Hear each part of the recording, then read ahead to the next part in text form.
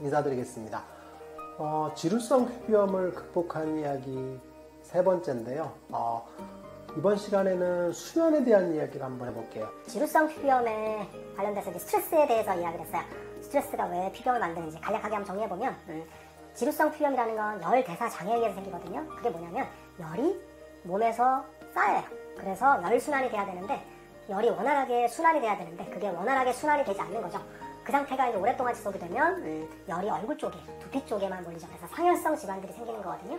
그래서 얼굴 쪽에 염증을 많이 만들고 두피 쪽에 염증을 많이 만들고 목 같은 데 염증을 많이 만드는 거예요. 그래서 열이 순환이 안 되는 그런 문제들, 그리고 열이 뭉치는 문제들, 그리고 열이 오랫동안 지속되면서 피부 염증을 유발하는 문제들이 동시에 생기는 거거든요. 그걸 열 대사장애라고 해요.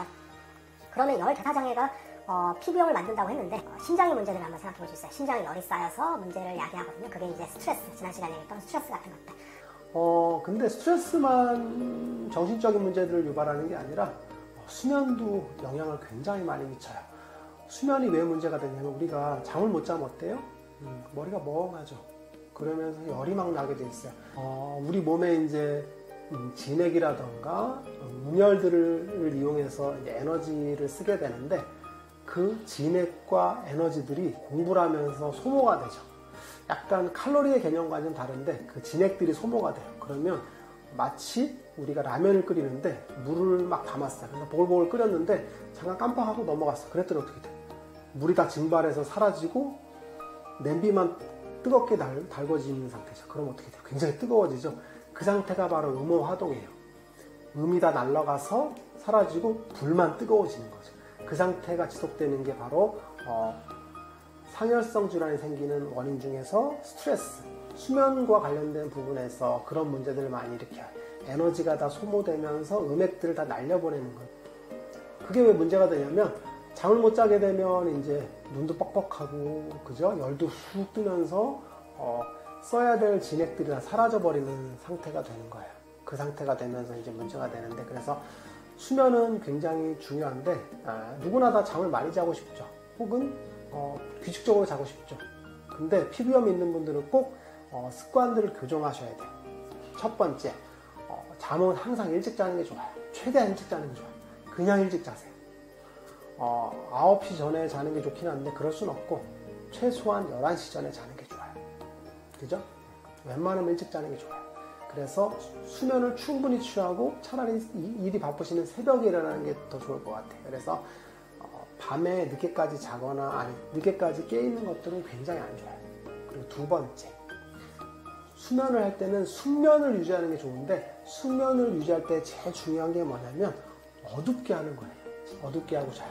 특히나 요즘 같은 여름에는 해가 빨리 뜨잖아요. 그래서 환해지죠. 그럼 수면 패턴이 깨져버려요. 그래서 암막 커튼을 꼭 치는 게 중요해요. 까맣게. 여름에 피곤하다고 하잖아요. 그게 왜 그러냐면 각성이 빨리 돼서 그래요. 피부염 있는 분들은 그렇다 하더라도 늦게 일어나는 게 좋고 숙면하는 게 좋아요. 근데 암막 커튼을 통해서 숙면을 꼭 유도하는 게 중요할 것 같아요. 그리고 세 번째는 야간 근무를 하는 분들이 있어요. 야간 근무를 하고 싶어서 하는 건 아니잖아요. 근데 될 수 있으면 야간 근무를 피하는 게 좋아요. 그리고 야간 근무를 하더라도 똑같은 시간에 끝나는 그런 패턴들을 유지하는 게 좋아요. 실제로 환자분들을 보게 되면 늦게까지 일을 하지만 똑같은 시간에 일이 끝나는 분들은 사실은 그 수면에 대한 패턴들이 일정하기 때문에 충격이 덜 하거든요. 근데 일찍 갔다가 늦게 갔다 왔다 갔다 하는 게 좀 안 좋아요. 그래서 3교대가 제일 안 좋아요. 3교대를 하게 되면 수면 패턴이 완전히 깨지죠. 그래서 잠자는 시간도 중요한데 낮과 밤이 바뀐 생활이 굉장히 좋지 않아요. 그래서 밤에만 일하실 거면 계속 밤에만 일하는 게 좋고 낮밤 퐁당퐁당 하는 건 좋지는 않을 것 같아요. 또 네 번째는 불면증 있는 분들이 있어요. 불면증에 대한 이제 그런 부분들을 좀 다룰 텐데 사실은 잠이 안 오는 거를 내 인위적으로 조절을 못하는 상태가 이제 불면증이죠. 일면장애라던가 이제 수면 유지가 잘 안 된다던가 조기 각성 같은 것들, 그죠? 아무리 누워도 잠이 안 와. 그죠? 그거 내가 의도한 게 아니잖아요. 근데 또 하나는 이제 잠을 자다 중간중간에 깨.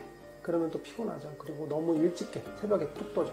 새벽 한 3시만 눈이 떠지고 다시 잠이 안 와. 문제들이 있죠. 그런 경우들은 약을 좀 이용하는 게 좋아요. 수면 유도제 같은 걸 써도 되고, 이제 안신하는 약들, 그런 한방적인 약들도 있거든요. 그런 도움을 받는 게 중요할 것 같아요. 그래서 그런 수면을 질을 좋게 하는 그런 것들을 꼭 유지하는 게 좋아요. 오늘 시간에는 지루성 피부병을 극복하는 세 번째 수면에 대한 이야기를 했어요. 핵심적인 이야기를 한번 해보면 잠이라는 건 사실은 피부염을 악화시키는 굉장히 중요한 악화인자예요. 잠을 못 자거나 그러면 좋지 않거든요. 그래서 항상 똑같은 시간에 잠을 자려고 노력하고 될 수 있으면 일찍 자는 게 좋아요. 11시 전에 자는 게 좋고, 그리고 암막 커튼 같은 걸 이용해서 깜깜하게 자는 게 좋아요. 그래서 수면의 질을 확 높이는 게 좋고, 그리고 3교대 근무 같은 것들은 될 수 있으면 피하는 게 좋고, 그리고 하게 되면 똑같은 시간에 늦게 끝나는 게 좋아요. 그래서 일부러 일찍 끝나다 일찍 자지 마시고, 일찍 끝나도 똑같은 시간에 자고, 그리고 늦게 끝나면 그 시간에 자고, 그래서 수면 패턴을 유지하는 게 중요할 것 같아요. 다음 시간에는 지루성 피부염을 극복한 네 번째 이야기, 식이 조절에 대한 이야기를 한번 해볼 거예요. 그래서 식이 조절을 어떻게 해서 지루성 피부염을 극복할 수 있는지 명확하게 한번 제시해 볼 거예요.